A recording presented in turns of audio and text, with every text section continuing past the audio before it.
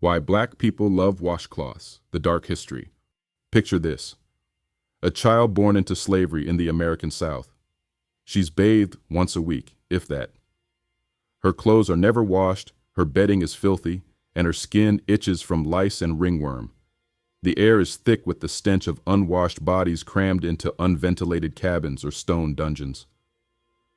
And still, enslaved Black people found a way to clean themselves, with scraps of cloth, boiled soap made from animal fat, or whatever else they could access. In a world where no one cared about their health, Black people cared for themselves and for each other. That's where the story of the washcloth begins. Today at Scope News, we're going to be discussing something that's rarely spoken about, certainly not taught in school. This is the untold history of hygiene in Black communities, and how a simple piece of cloth became a symbol of survival, resistance, and generational pride. Enslaved Africans endured some of the worst hygiene conditions imaginable, starting even before they reached American soil. In coastal holding dungeons across West Africa, particularly in Ghana, hundreds of men, women, and children were packed tightly into dark, unventilated stone rooms. These spaces reeked of human waste and suffering. People slept, urinated, defecated, and menstruated in the same spot for days or weeks without reprieve.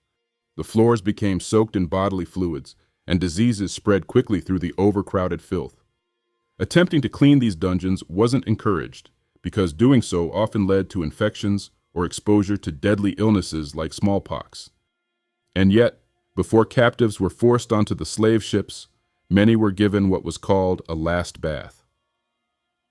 Enslavers and their agents led them to the sea, or to specially dug pits where they were scrubbed, oiled, and perfumed, not out of compassion, but to make them more presentable for sale.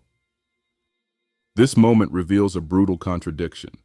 How could enslaved people be called dirty, when even slave traders recognized the value of a clean body? That final bath wasn't about restoring dignity. It was about profit.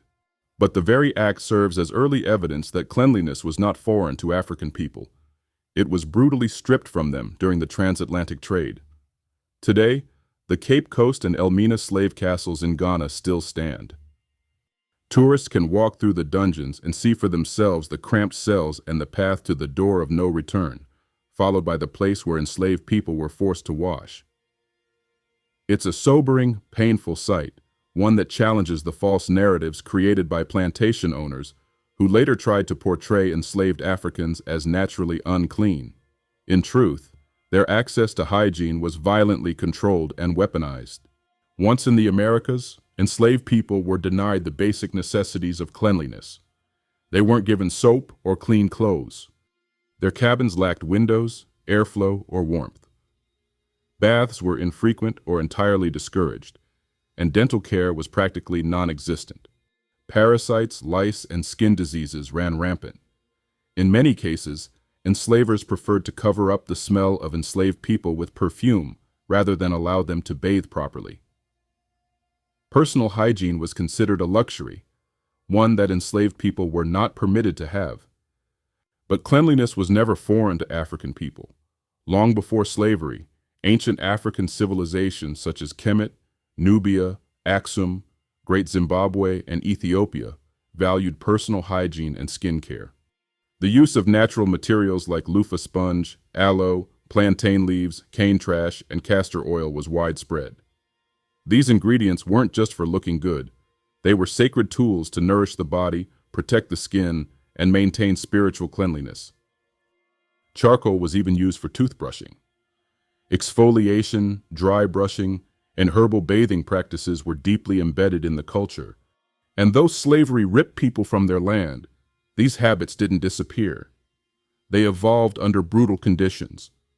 Stories passed down through generations reflect how Black people held on to these rituals, even when denied basic dignity. One such story describes a man born in Nova Scotia in the early 20th century. His mother had been a slave, and his white father, the former slave owner, eventually freed and married her. That man taught his grandchildren how to make soap from scratch using natural ingredients, because during slavery, access to store-bought soap was rare or completely denied. The family boiled water in a cast iron pot, placed it in a large metal bathing pan in the kitchen, and used worn-out clothes with a rough texture to scrub the skin.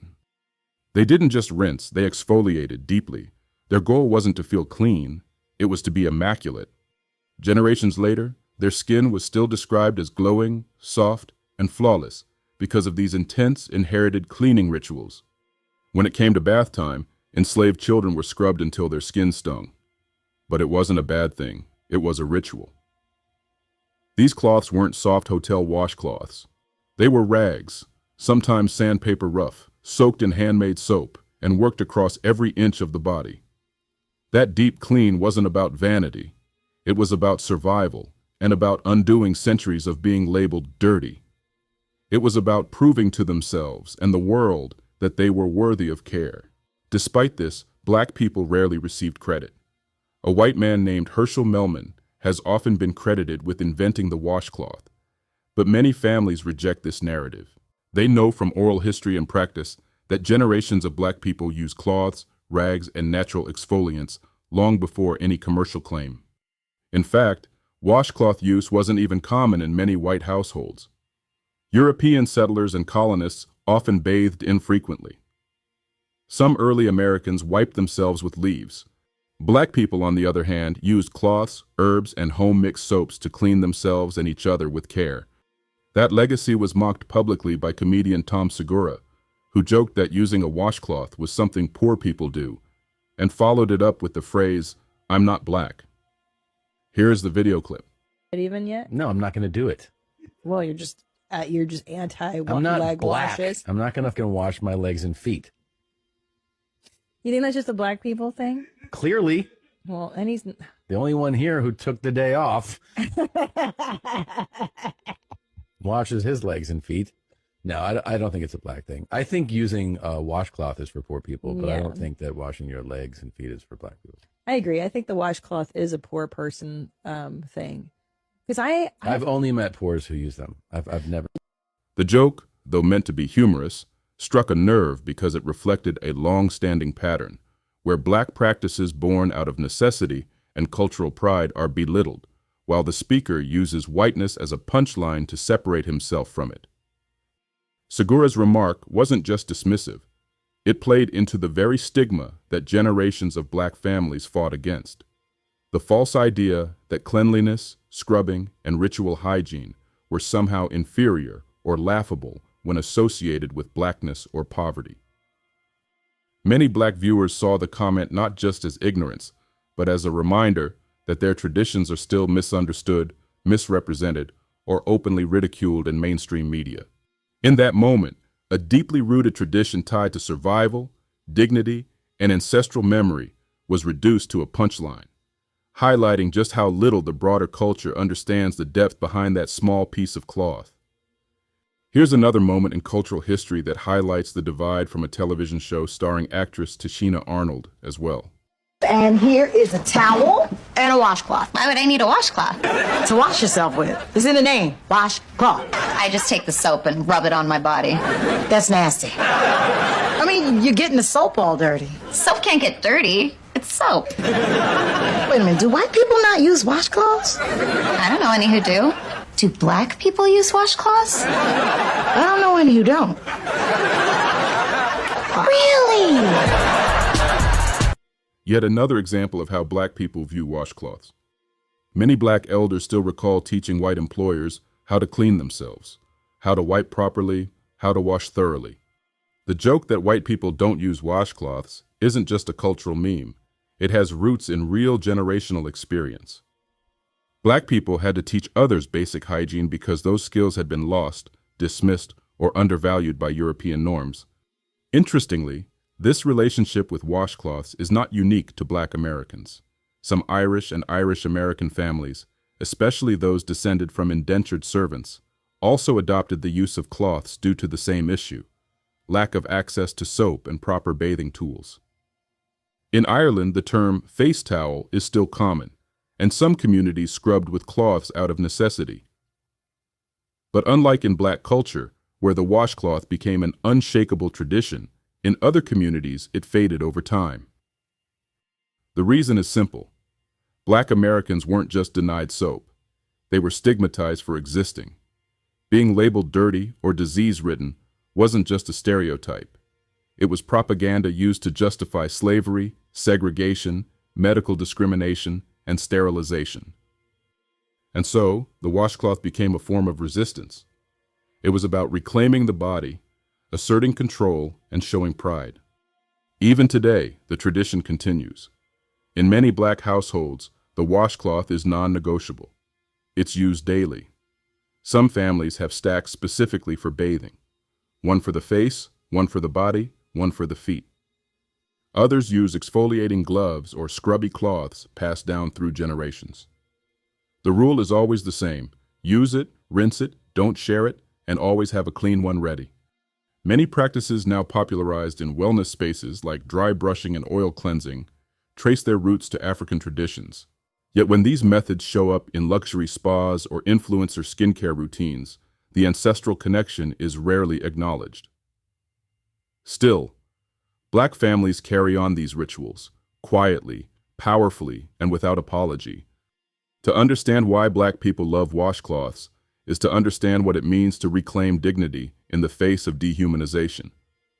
It's to understand how trauma was turned into tradition, how survival became ceremony, and how something as simple as a rag became a tool of love, pride, and power. Thank you for watching Scope News.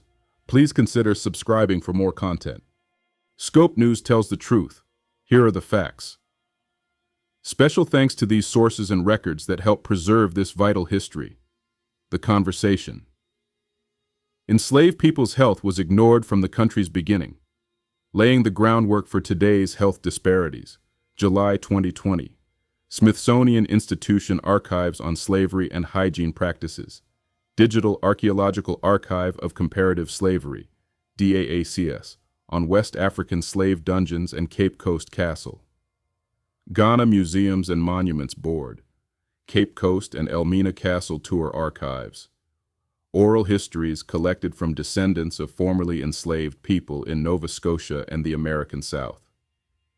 Journal of African Cultural History. Articles on traditional African hygiene rituals. Irish Labor History Society.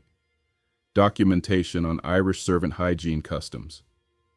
Public commentary by comedian Tom Segura, including quotes from his Netflix comedy special referencing washcloths and race. Legal disclaimer. This Scope News report is intended for educational, informational, and cultural commentary purposes. It draws from oral history, cultural tradition, archival research, and social analysis. Viewer discretion is advised. While every effort has been made to present historically accurate and respectful information, the content explores sensitive topics including slavery, racism, and systemic injustice. This report does not substitute for professional academic, legal, or medical consultation.